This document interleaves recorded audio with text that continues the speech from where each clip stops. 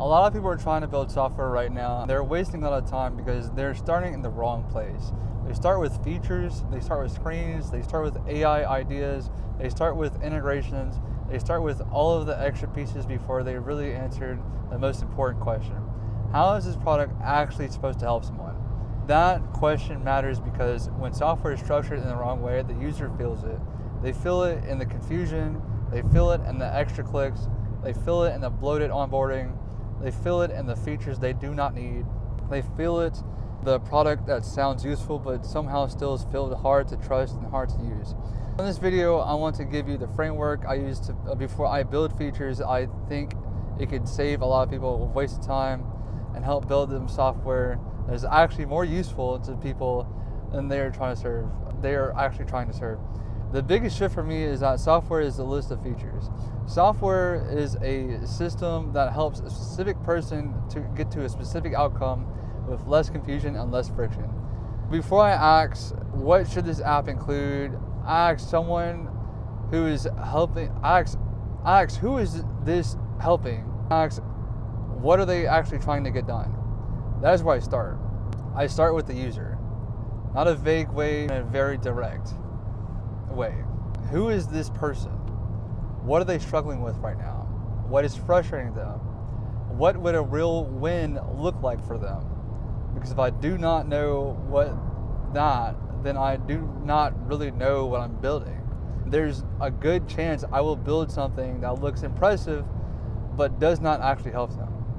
After that, I define the problem more clearly, not the category of the problem, the real pain point.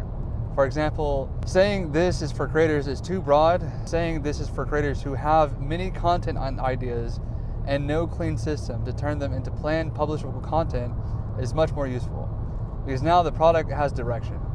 Then I look at the outcome. What are the changes for the user when this works?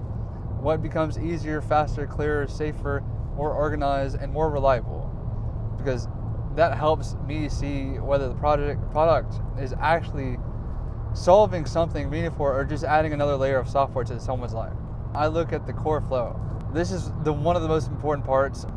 What is the shortest, cleanest path from entering the product to getting value from the product? What happens first? What happens next? Where does the user finally feel this is helping them? Where does the user finally feel that this is helping them? Because good software usually has one main flow that everyone else supports. Everything else supports. When the flow is unclear, the whole product starts to feel heavier than it should. After that, I then think about the main objects in the system. What are the real things that this product revolves around? Projects, contacts, messages, posts, automations, files, reports, payments. Because once I know that the core nouns of the product, the structure starts becoming a lot clearer, the software starts becoming easier to design properly.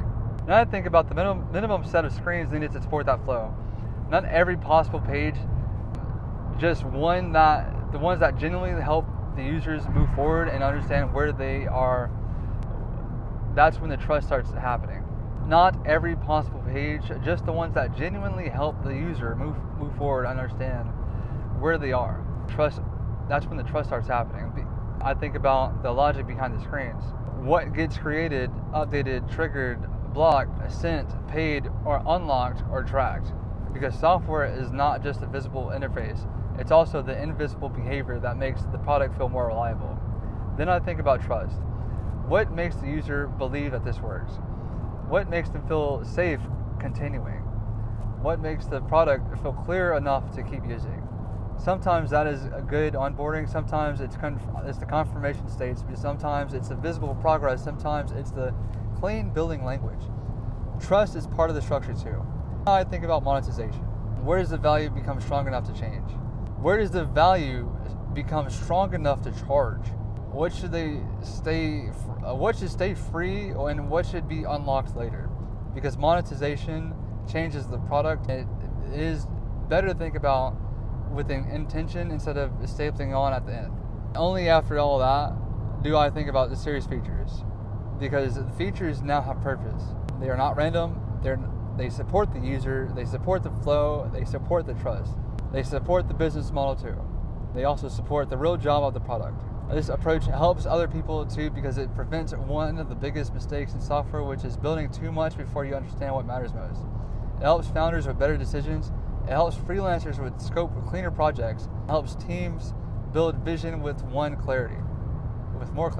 Most importantly, it helps the users at the end. Most importantly, it helps the end user because the product starts to feel like it was actually built to serve them instead of to impress them.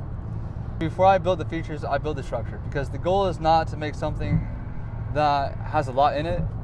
The goal is to make a software that helps someone do something important with clarity, consistency, and less friction.